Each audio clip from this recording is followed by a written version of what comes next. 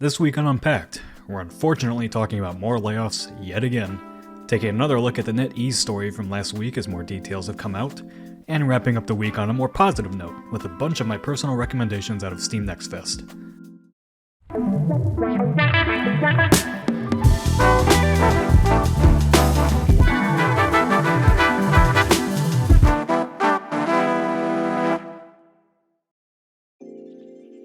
The games industry is so frustrating right now.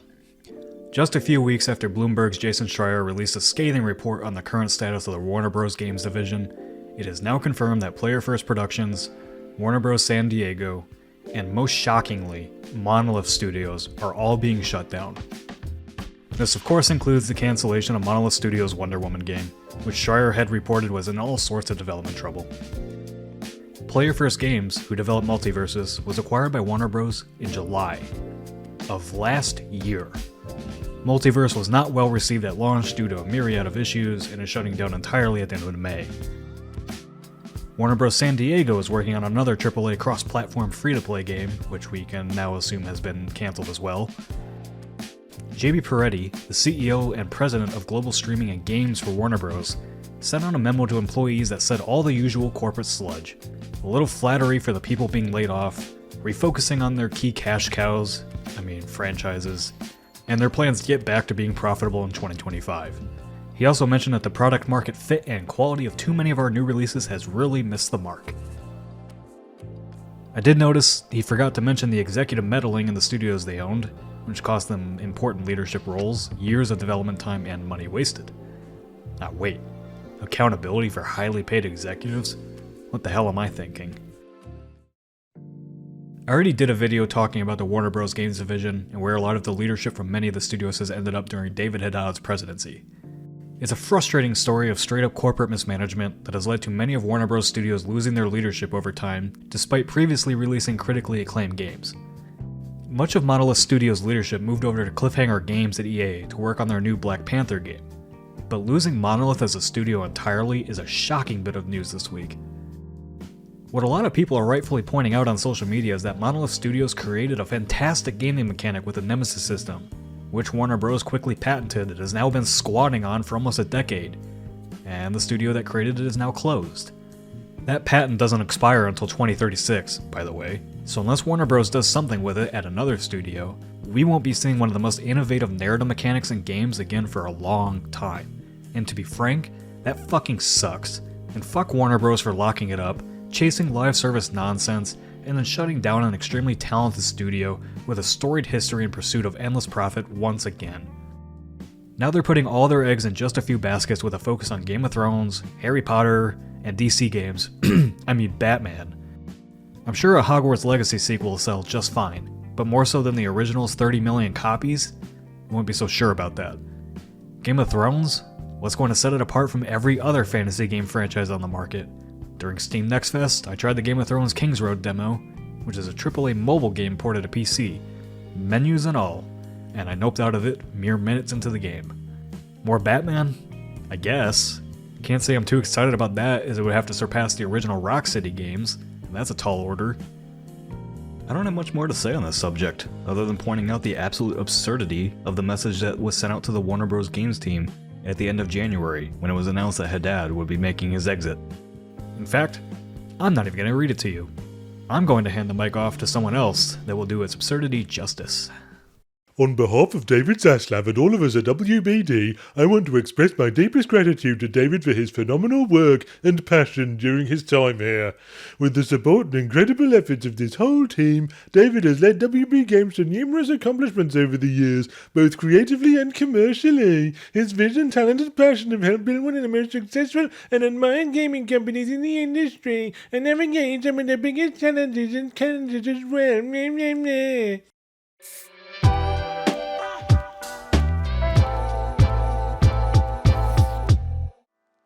Last week, we talked about NetEase and the 6 employees who were laid off from a small support studio working on Marvel Rivals here in the US. In that story, there was speculation that NetEase may also be looking to divest entirely from its North American studios, and others located outside of China. Thankfully, so far, that doesn't seem to be the case as additional reporting on NetEase has come out over the last week. along with studio heads making public statements that they are currently unaffected by the changes NetEase is implementing. One of the studios, Anchor Point, indicated that they are full steam ahead on their debut game. Quantic Dream, currently working on Star Wars Eclipse, released a similar statement that they are unaffected. NetEase provided a statement to IGN following the reports last week to indicate they have not changed their plans to expand globally. The rep also indicated that their recent business decisions were influenced by other factors, most likely referring to the current political climate and tariffs being levied by the United States. As part of our investment strategy, every decision was based purely on business evaluations and was not influenced by other factors, said the NetEase rep. Our studios in North America, the UK, Spain, France, and Japan all continue to refine and develop their ongoing game projects. As we all know, though, oftentimes, these statements are made while the reality behind the scenes might be quite different. According to Stephen Totilo at GameFile, 2 people familiar with the company's plans indicated that NetEase is currently shopping around and planning to divest from many of its overseas studios. More than a dozen studios face the risk of closure should they not find a new source of funding if NetEase does indeed move forward with these plans. In a report from Bloomberg, it was detailed that the CEO of NetEase, William Ding, who has a net worth of $32.5 billion, is behind many of these changes, as he deems any game unlikely to generate hundreds of millions of dollars per year unworthy of pursuing, according to the NetEase source that spoke to Bloomberg. While many of NetEase's studios remain unaffected for now, it's pretty clear from the conflicting corporate statements and sources speaking to the press that things are happening behind the scenes at NetEase and their studios. If I've learned one thing covering gaming news for the past 16 years, it's that when big corporations give statements to the press, oftentimes they're doing the opposite of what they say they are, or have been intentionally vague to keep people in the company from panicking. I'm seeing the same trend here with NetEase, as their statements to VentureBeat indicate a company that is going to continue making investments overseas, but the CEO apparently talks about only wanting games that are going to bring in hundreds of millions of dollars. One of NetEase's recent big successes is Eggy Party, which looks nothing at all like another popular game on the market. Guys Fall, or something like that. In the Bloomberg report, it's indicated that Ding wants to focus on evergreen, mass-market games with recurring elements to entice spending.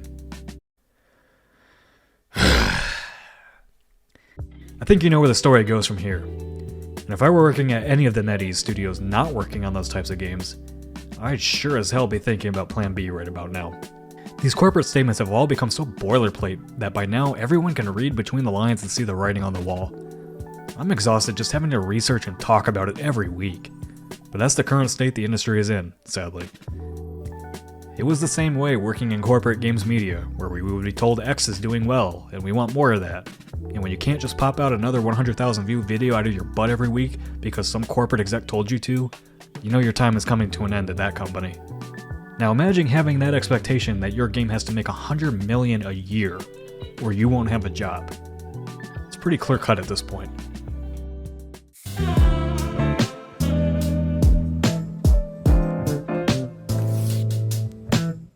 Alright, that's enough negative news for one day. I want to spend the last part of this video highlighting some really cool games I got to try during Steam Next Fest. There's going to be quite a few, so I want to keep each one really short and sweet for you. Total Chaos is a new first-person survival horror game from the team that brought you Turbo Overkill. The atmosphere of the game draws you in from the moment you set foot in it, and it feels like an extremely fresh take on the genre, mixing in Half-Life, Resident Evil, Firewatch, and more. It releases on Steam on July 24th, 2025. Aethermancer combines creature collecting with roguelite mechanics, and it just works.